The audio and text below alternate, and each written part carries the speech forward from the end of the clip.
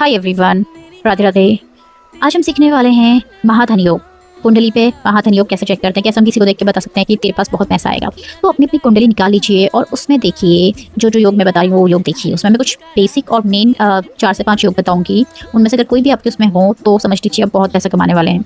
तो पहला योग है सेकंड लॉर्ड और 11th लॉर्ड। सेकंड हाउस क्योंकि धन के लिए माना जाता है। हम बेसिकली धन देखने के लिए 4 हाउस देखते हैं। सेकंड जो कि एक्यूमुलेटेड वेल्थ होती है, फिफ्थ जो कि पूर्व जन्म की अच्छे कर्मों की वेल्थ होती है, 9th जो कि लक के थ्रू कमाई हुई वेल्थ होती है, 11th जो कि गेन्स के द्वारा कमाई हुई वेल्थ होती है। तो हम ये 4 हाउसेस देखते हैं। अगर इसमें कहीं भी सेकंड लॉर्ड और 11th लॉर्ड का कंजंक्शन है, एस्पेक्ट है या फिर एक दूसरे की राशि में अगर आके बैठे हैं तो आपका महाधन योग होने वाला है। इसके अलावा 5th और 9th को भी देखेंगे। सेम 5th और 9th, अगर 5th और 9th एक दूसरे की राशि पे हैं या फिर कंजंक्ट होकर बैठे हैं कहीं पे इनके लॉर्ड, या फिर एक दूसरे पे एस्पेक्ट डाल रहे हैं, दृष्टि डाल रहे हैं, तो तब भी आपका धन योग बनने वाला है। और इसके अलावा सेकंड हम बात करते हैं तो फर्स्ट हमने धन योग की बात करी जिसमें हमने सेकंड और 11th का कनेक्शन, कंजंक्शन या फिर एस्पेक्ट देखा, या फिर 5th 9th का कनेक्शन, कंजंक्शन या फिर एस्पेक्ट देखा। ठीक है, ये हो गया धन योग। ये मोस्टली मिलता है सबकी कुंडली में, जो भी अमीर होता है। सेकंड हम देखते हैं लक्ष्मी योग। लक्ष्मी योग को हम देखते हैं 9th और 1st हाउस से। अगर आपका 9th लॉर्ड स्ट्रॉन्ग है, 9th लॉर्ड अच्छे भाव में जाके बैठा है, फिर 9th लॉर्ड स्वराशि होकर के बैठा है, खुद की राशि में बैठा है, या फिर अच्छी डिग्री पे है, और या फिर आपका 1st लॉर्ड अपनी ही राशि में स्वराशि में बैठा है, जैसे सश योग क्रिएट कर रहा है, जैसे कुंभ लग्न की कुंडली और कुंभ लग्न में ही शनि बैठे हैं तो सश योग बना रहे हैं, तो ये कुंडली में लक्ष्मी योग होगा। तो यहाँ पे धन बहुत आएगा। कब आएगा? जब 9th लॉर्ड स्ट्रॉन्ग होगा और 1st लॉर्ड स्ट्रॉन्ग होगा। 9th या 1st में से कोई भी लॉर्ड स्ट्रॉन्ग होगा तो लक्ष्मी योग बनेगा।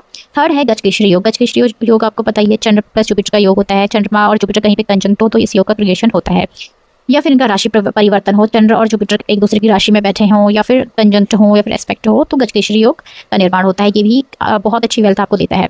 फोर्थ है महाधन योग। इसमें हम देखते हैं 2nd 5th 9th 11th, जिनकी हमने धन योग में बात की थी, वो चारों भाव को देखते हैं।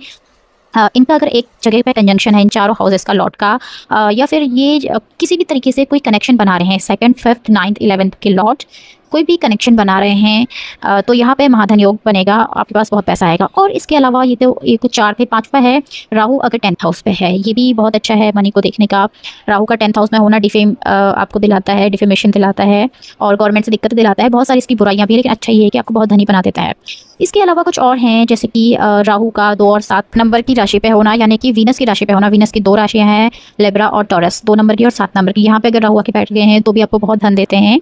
और इसके अलावा कुछ और हैं, कुछ और भी है, जैसे कि वीनस और केतु का होना। ये गरीब फैमिली में आपको पैदा करता है। स्टार्टिंग में आप मतलब आपका जो बचपन होता है गरीबी में होता है, या फिर अनप्रिविलेज्ड होते हैं, बहुत प्रिविलेज्ड नहीं होते हैं, अनप्रिविलेज्ड फैमिली में आप पैदा होते हैं। वीनस केतु या फिर सैटर्न केतु दोनों ही अनप्रिविलेज्ड फैमिली में पैदा होकर के भी काफ़ी रिच होते हैं। स्टार्टिंग की गरीबी से स्टार्ट होती है, लेकिन जैसे जैसे ये बढ़ते हैं, बड़े होते हैं और खुद के पैरों पर खड़े होते हैं, ये बहुत अमीर बन जाते हैं, मतलब गरीबी से